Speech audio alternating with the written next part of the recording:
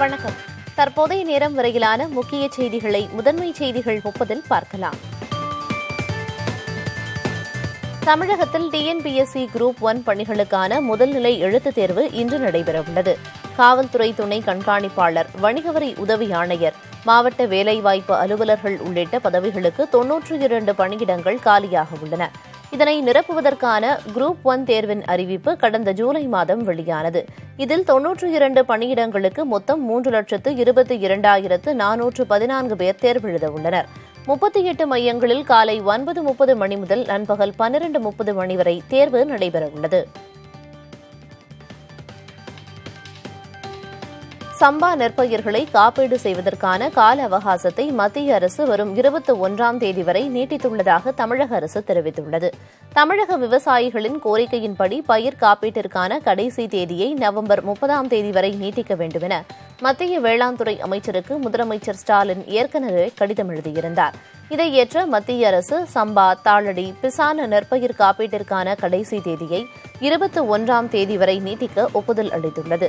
இதை கருத்தில் கொண்டு சனி மற்றும் ஞாயிற்றுக்கிழமைகளில் பொது சேவை மையங்கள், தொடக்க வேளாண்மை கூட்டுறவு கடன் சங்கங்கள் மற்றும் வங்கிகள் செயல்பட அறிவுறுத்தப்பட்டுள்ளதாக அறிக்கை ஒன்றில் தமிழக வேளாண்மை மற்றும் உழவர் நலத்துறை தெரிவித்துள்ளது.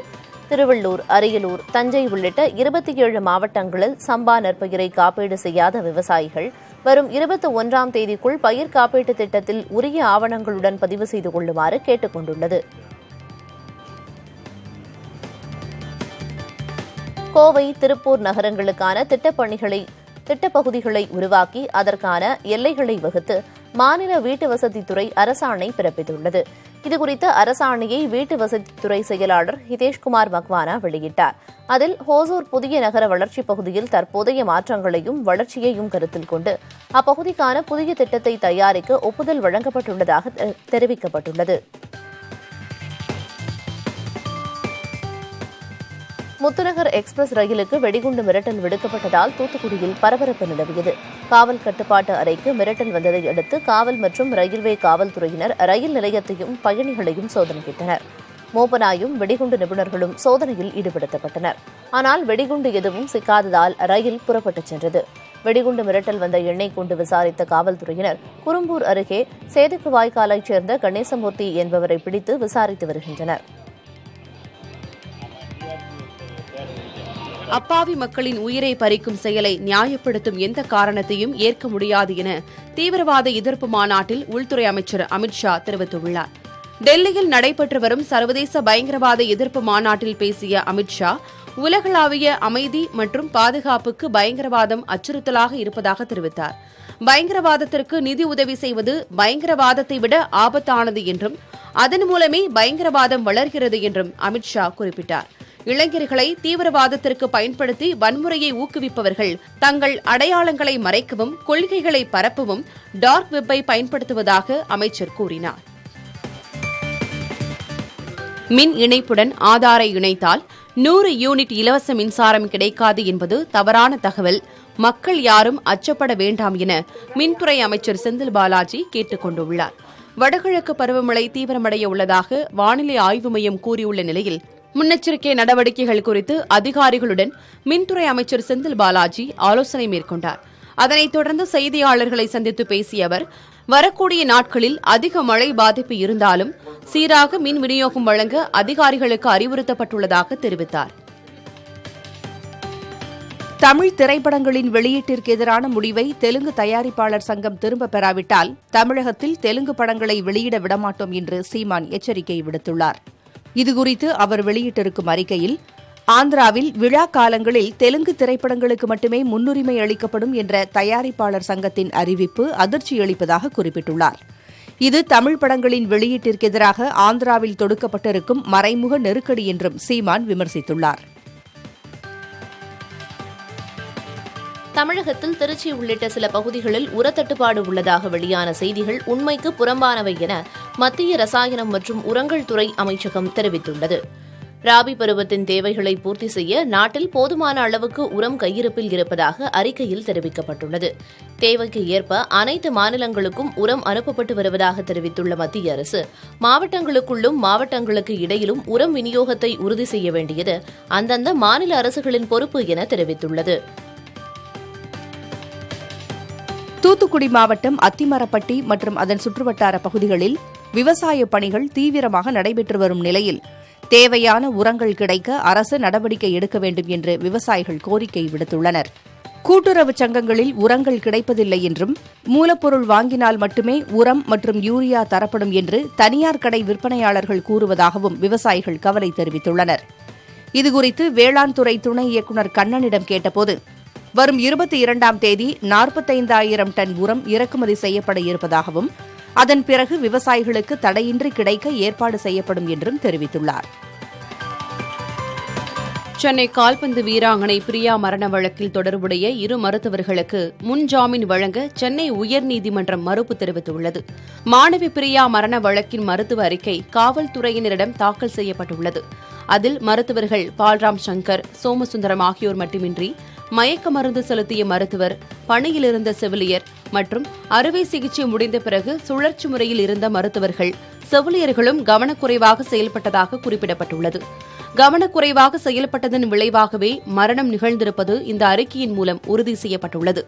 அதனால் குற்றம் சாட்டப்பட்டுள்ள மருத்துவர்கள் பால்ராம் சங்கர், சோமசுந்தரம் ஆகியோர் மீது கவனக்குறைவாக செயல்பட்டு மரணத்தை விளைவித்தல் என்ற பிரிவின் கீழ் காவல்துறையினர் வழக்கு பதிவு செய்துள்ளனர்.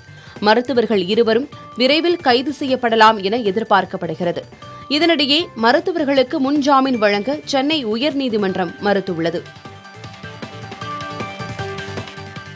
நவீன குடும்ப கட்டுப்பாட்டு முறைகளை அமல்படுத்தும் இந்தியாவின் தொடர் முயற்சிக்கு கிடைத்த அங்கீகாரமாக சர்வதேச குடும்ப கட்டுப்பாடு விருதை இந்தியா வென்றுள்ளது. குடும்ப கட்டுப்பாட்டை அமல்படுத்துவதில் சிறப்பான தலைமைத்துவத்திற்கான விருதை தாய்லாந்தின் பட்டாயா நகரில் நடைபெற்ற குடும்ப கட்டுப்பாடு தொடர்பான சர்வதேச மாநாட்டில் இந்தியாவிற்கு வழங்கப்பட்டது. நாடுகள் பிரிவில் இந்த விருதை பெற்ற ஒரே நாடு இந்தியாதான் என்பது குறிப்பிடத்தக்கது. குடும்ப கட்டுப்பாடு தொடர்பான இந்தியாவின் குறிப்பிடத்தக்க முயற்சிகளுக்கு கிடைத்த அங்கீகாரம் இது என மத்திய சுகாதாரத்துறை அமைச்சர் மன்சுக் மாண்டவியா தெரிவித்துள்ளார். மக்கள் தொகையை கட்டுப்படுத்த தனி சட்டத்தை உருவாக்க சட்ட ஆணையத்திற்கு உத்தரவிடக் கோரி தொடுக்கப்பட்ட மனுவை விசாரிக்க உச்சநீதிமன்றம் மறுப்பு தெரிவித்துள்ளது. இது தொடர்பாக பாஜகவின் அஸ்வினி உபாத்யாயா என்பவர் தொடுத்த மனுவில், உலகத்தின் நிலப்பரப்பில் இந்தியா 2% மட்டுமே உள்ளதாகவும், ஆனால் ஒட்டுமொத்த மக்கள் தொகையில் 20% இருப்பதாகவும் குறிப்பிடப்பட்டிருந்தது. எனவே மக்கள் தொகையை கட்டுப்படுத்த முழுமையான வழிகாட்டு நெறிமுறைகள் அடங்கிய புதிய சட்டத்தினை உருவாக்க சட்ட ஆணையத்திற்கு பரிந்துரைக்க வேண்டும் என அவர் கோரிக்கை வைத்திருந்தார்.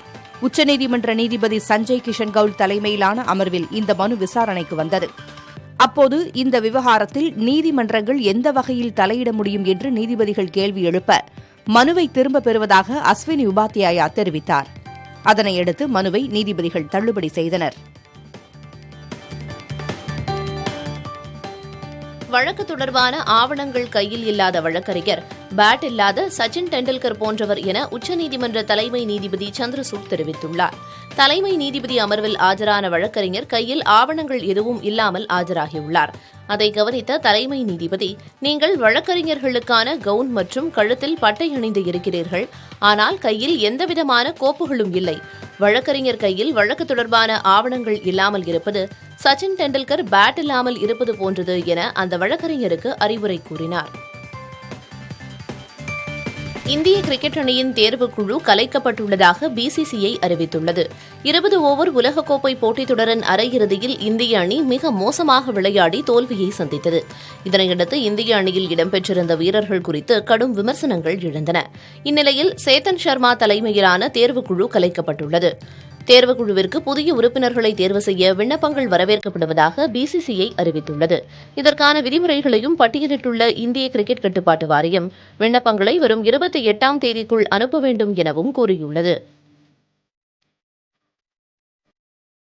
ஸ்பெயினில் காளைகளின் கொம்பில் தீப்பந்தம் கொளுத்தி நடத்தப்படும் எருது விடும் விழாவிற்கு கடும் எதிர்ப்பு கிளம்பியுள்ளது. மைதானத்தில் அவிழ்த்து விடப்படும் காளைகளின் கொம்புகளில் இரும்பு பட்டைகளில் கட்டப்படும் துணிகளில் நெருப்பு பற்ற வைக்கப்படுகிறது. இதனால் ஆக்ரோஷமாகும் காளைகளிடம் வீரர்கள் விளையாடுவது பாரம்பரியமாக கருதப்படுகிறது. இந்த ஆண்டு விழாவில் காளை ஒன்று உயிரிழந்தது. இந்த வகையான விளையாட்டுகள் பாரம்பரியமானது அல்ல என்றும், காளைகளை துன்புறுத்துவதாகவும் விலங்குகள் நல ஆர்வலர்கள் புகார் தெரிவிக்கின்றனர். மதுரையில் மெட்ராஸ் ஐ எனப்படும் கண் வெண்படல நோய் தொற்று நாளுக்கு நாள் அதிகரித்து வருகிறது. கடந்த 10 நாட்களில் மட்டும் 200க்கும் மேற்பட்டோர் அரசு மருத்துவமனையில் வெளிநோயாளிகளாக சிகிச்சை பெற்றுள்ளனர். தற்போது பரவல் அதிகரித்து வருவதால் நாள் ஒன்றுக்கு 30 பேர் வரை மெட்ராஸ் ஐ பாதிப்புக்கு சிகிச்சை பெற வருகின்றனர். மருத்துவமனையில் பணிபுரியக்கூடிய செவிலியர், மருத்துவர்கள், பணியாளர்கள் என 20க்கும் மேற்பட்டோருக்கு மெட்ராஸ் ஐ பாதிப்பு ஏற்பட்டுள்ளது. இந்நிலையில் தொற்று குறித்து அச்சம் கொள்ள வேண்டாம் என மதுரை அரசு ராஜாஜி மருத்துவமனை தெரிவித்துள்ளது. கண் உறுத்தல், எரிச்சல், கண் சிவந்து போதல், கண்ணில் நீர் வடிதல், கண் வீக்கம் போன்றவை மெட்ராஸ் ஐயின் அறிகுறிகள் என்றும் 2 முதல் 5 தினங்களில் தொற்று சரியாகிவிடும் என்பதால் மக்கள் பயம் கொள்ள வேண்டாம் எனவும் மருத்துவர்கள் கூறியுள்ளனர். மதுரை மீனாட்சி சுந்தரேஸ்வரர் கோவிலில் குடமுழுக்கு திருப்பணி முன்னேற்பாட்டு பணிகள் துரிதப்படுத்தப்பட்டுள்ளதாக தெரிவிக்கப்பட்டுள்ளது. மீனாட்சி சுந்தரேஸ்வரர் கோவில் தக்கார் கண்ணன் வெளியிட்டுள்ள செய்திக்குறிப்பில், கோவிலில் தீ விபத்தில் சேதமடைந்த வீர வசந்தராயர் மண்டப சீரமைப்பு பணிகள் நடைபெற்று வருவதாக குறிப்பிடப்பட்டுள்ளது. மேலும் கோவிலுக்கு சொந்தமான எல்லீஸ் நகர் இடத்தில் 35 கோடியில் பக்தர்கள் தங்கும் விடுதி, செல்லூரில் 2,37,00,000 திருமண மண்டபம் உள்ளிட்டவை கட்ட நடவடிக்கை எடுக்கப்பட்டுள்ளதாக தெரிவிக்கப்பட்டுள்ளது. அமைச்சர் செந்தில் பாலாஜி மீதான வழக்கு விசாரணையை வரும் 23ஆம் தேதிக்கு உச்சநீதிமன்றம் ஒத்திவைத்தது. 2011-2015 ஆண்டுகளில் போக்குவரத்துத்துறை அமைச்சராக செந்தில் பாலாஜி இருந்தபோது அத்துறையில் வேலை வாங்கி தருவதாக பணம் பெற்று மோசடி செய்ததாக தொடுக்கப்பட்ட வழக்குகள் சென்னையில் உள்ள சிறப்பு நீதிமன்றத்தில் விசாரணையில் உள்ளது. இந்த நிலையில் அமைச்சர் செந்தில் பாலாஜி மீது ஊழல் தடுப்புச் சட்டத்தில் வழக்கு பதிய கோரிய மனு உச்சநீதிமன்றத்தில் விசாரணைக்கு வந்தது. அப்போது மனுதாரர் தரப்பில் உச்சநீதிமன்றத்தின் உத்தரவுப்படி ஊழல் தடுப்பு சட்டப்பிரிவில் வழக்கு பதியப்படவில்லை என்றும் வழக்கு ஆவணங்களை கீழமை நீதிமன்றத்தில் ஒப்படைக்க தடை விதிக்கவும் வாதிட்டனர். இதையடுத்து நீதிபதிகள் வழக்கு ஆவணங்களை கீழமை நீதிமன்றத்தில் வழங்கக்கூடாது என உத்தரவு பிறப்பித்து விசாரணையை ஒத்திவைத்தனர். முன்னாள் முதல்வர் ஜெயலலிதா மரணத்துக்கு பின்னர் அதிமுகவின் கட்சி விதிகளில் கொண்டுவரப்பட்ட அனைத்து மாற்றங்களையும் ரத்து செய்ய கோரி சுரேன் பழனிசாமி உச்சநீதிமன்றத்தில் மனு தாக்கல் செய்துள்ளார். அதில் ஜெயலலிதா மறைவுக்கு முன்னர் இருந்த அதிமுக கட்சி விதிப்படி ஒற்றை தலைமை என்பதே இருக்க வேண்டும், அந்த தலைமையும் கட்சி தொண்டர்களால் தேர்ந்தெடுக்கப்பட வேண்டும் என கூறியுள்ளார். தனது மனுவை பன்னீர்செல்வம் தொடுத்துள்ள பொதுக்குழு செல்லாது என்று அறிவிக்க கோரிய மனுவோடு இணைத்து விசாரிக்க வேண்டும் எனவும் சுரேன் பழனிசாமி கோரினார். கல்லூரி மாணவர்களை, குறிப்பா ஐஐடில படிக்கக்கூடிய மாணவர்களை RSSல சேர்க்கக்கூடிய அந்த முயற்சிங்கிற அடிப்படையில் தான் இந்த முயற்சி நடைபெறுது. தமிழ்நாட்டில் அவங்க காலூன்றுவதற்கு, மாணவர்களை பிடிப்பதற்கு அரசாங்கத்தை பயன்படுத்துவதுங்கிற நிலைமை என்பது எடுத்திருக்காங்க. கடலூர் வெலிங்டன் நீர்த்தேக்கம் முழு கொள்ளளவை எட்டியுள்ளதால் பாதுகாப்பு கருதி வெள்ளாற்றில் தண்ணீர் திறந்துவிடப்படுகிறது. திட்டக்குடியை அடுத்த கீழ்ச்சிறுவாய் கிராமத்தில் உள்ள வெலிங்டன் நீர்த்தேக்கம் முழு கொள்ளளவை எட்டியுள்ளது. அதனால் தொழுதூர் அணையிலிருந்து வெலிங்டன் நீர்த்தேக்கத்திற்கு திறக்கப்பட்ட 1433 கன அடி நீர் நிறுத்தப்பட்டு வெள்ளாற்றில் 1380 கன அடி நீர் திறந்துவிடப்படுகிறது. அதனால் வெள்ளாற்றங்கரையோரம் உள்ள மக்கள் எச்சரிக்கையாக இருக்க அறிவுறுத்தப்பட்டுள்ளது. ஆற்றில் இறங்கவோ கடக்கவோ ஆடு மாடுகளை மேய்ச்சலுக்கு அழைத்துச் செல்லவோ வேண்டாம் என எச்சரிக்கப்பட்டுள்ளது.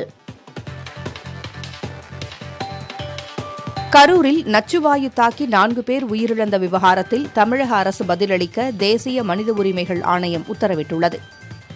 கரூரில் புதிய வீட்டின் கட்டுமானத்தின் போது கழிவுநீர் தொட்டிக்குள் இறங்கிய 4 தொழிலாளர்கள் நச்சுவாயு தாக்கி உயிரிழந்தனர்.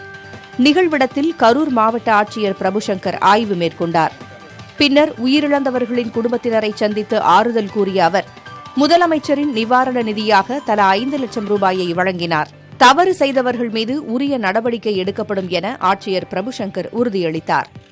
இதனிடையே உரிய அனுமதியின்றி அந்த கட்டடம் கட்டப்பட்டு வருவது கண்டறியப்பட்டதால் கட்டுமான பணிகளை நிறுத்த உத்தரவிட்ட கரூர் மாநகராட்சி ஆணையர் 15 நாட்களில் அந்த கட்டடத்தை இடிக்கவும் உத்தரவிட்டார். இந்நிலையில் நச்சுவாயு தாக்கி 4 தொழிலாளர்கள் உயிரிழந்தது குறித்து தலைமைச் செயலர், டிஜிபி உள்ளிட்டோர் 6 வாரங்களில் பதிலளிக்க தேசிய மனித உரிமைகள் ஆணையம் உத்தரவிட்டுள்ளது. தஞ்சாவூர் மாவட்டத்தில் வரும் 20, 21 ஆகிய தேதிகளில் கனமழை பெய்யும் என எச்சரிக்கை விடுக்கப்பட்டிருக்கும் நிலையில் தேவையான முன்னெச்சரிக்கை நடவடிக்கைகள் எடுக்கப்பட்டிருப்பதாக ஆட்சியர் தினேஷ் பொன்ராஜாலிவர் தெரிவித்துள்ளார். கும்பகோணத்தில் அரசு கவின் கலைக்கல்லூரியில் நடைபெற்று வரும் சீரமைப்பு பணிகளை ஆய்வு செய்த ஆட்சியர் பின்னர் செய்தியாளர்களிடம் பேசினார்.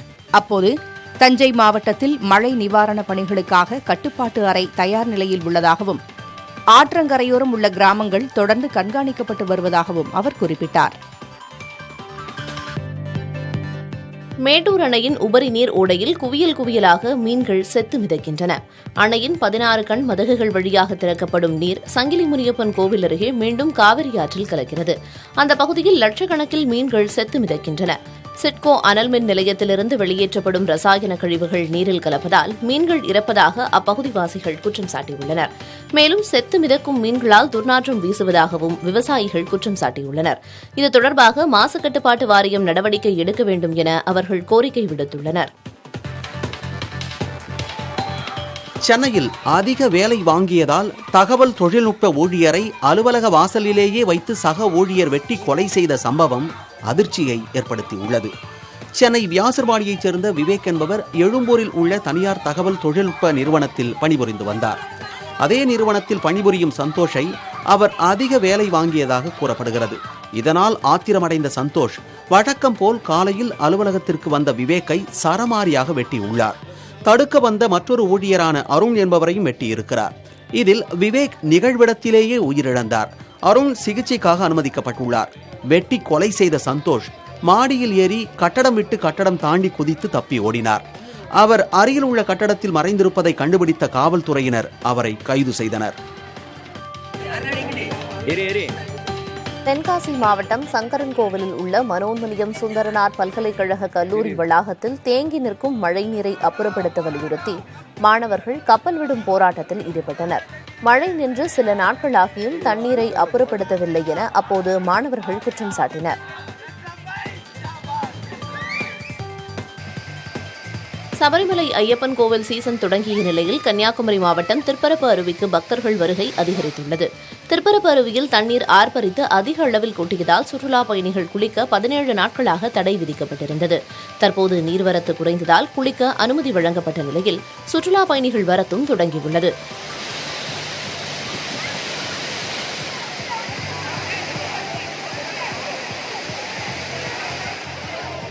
அதே நேரம் சபரிமலை ஐயப்ப கோவிலுக்கு செல்லும் பக்தர்கள் திருப்பரப்பு அருவிக்கு வரத் தொடங்கியுள்ளனர்.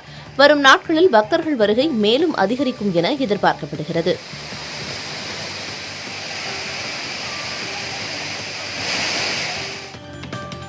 உச்சநீதிமன்றத்தில் உள்ள அனைத்து அமர்வுகளும் நாள்தோறும் தலா 10 ஜாமீன் வழக்குகளை விசாரிக்க வேண்டும் என தலைமை நீதிபதி அறிவுறுத்தியுள்ளார்.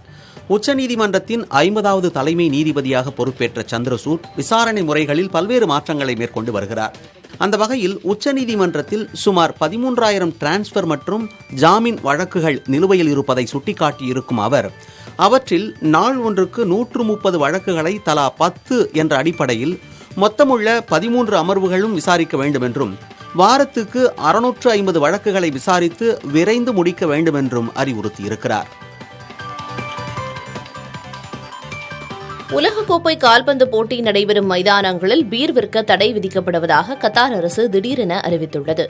முன்னதாக போட்டி நடைபெறவிருக்கும் 8 அரங்கங்களிலும் அதற்கு வெளியே அமைக்கப்படும் ரசிகர் மண்டலங்களிலும் ஆல்கஹால் கலந்த பீர் விற்க அனுமதிக்கப்படும் என்று உலகக்கோப்பை கால்பந்து அமைப்பாளர்கள் கடந்த செப்டம்பர் மாதம் உறுதியளித்திருந்தனர். இந்நிலையில் 8 மைதானங்களிலும் பீர் விற்க தடை விதிக்கப்படுவதாக கத்தார் அரசு திடீரென அறிவித்துள்ளது. கத்தார் அரசின் முடிவில் ஏற்பட்டுள்ள இந்த தலைகீழ் மாற்றம் மதுபானம் அருந்தும் கால்பந்து ரசிகர்களிடையே அதிர்ச்சியை ஏற்படுத்தியுள்ளது. கால்பந்து உலகக்கோப்பை திருவிழாவுக்கு ஒரு நாள் மட்டுமே இருக்கும் நிலையில் பயிற்சி ஆட்டத்தில் போர்ச்சுகல் அணி வெற்றி பெற்றது. போர்ச்சுகல் தனது பயிற்சி ஆட்டத்தில் நைஜீரியாவை எதிர்கொண்டது. இந்த போட்டியில் நட்சத்திர வீரர் ரொனால்டோ களமிறங்காத போதும் 4-0 என்ற கோல் கணக்கில் அசத்தல் வெற்றியை பதிவு செய்தது. அதேபோல் அயர்லாந்து அணிக்கு எதிரான போட்டியில் நார்வே போராடி வெற்றி பெற்றது. லக்சம்பர்க், ஹங்கேரி அணிகளுக்கு இடையிலான பயிற்சி போட்டி சமனில் முடிந்தது.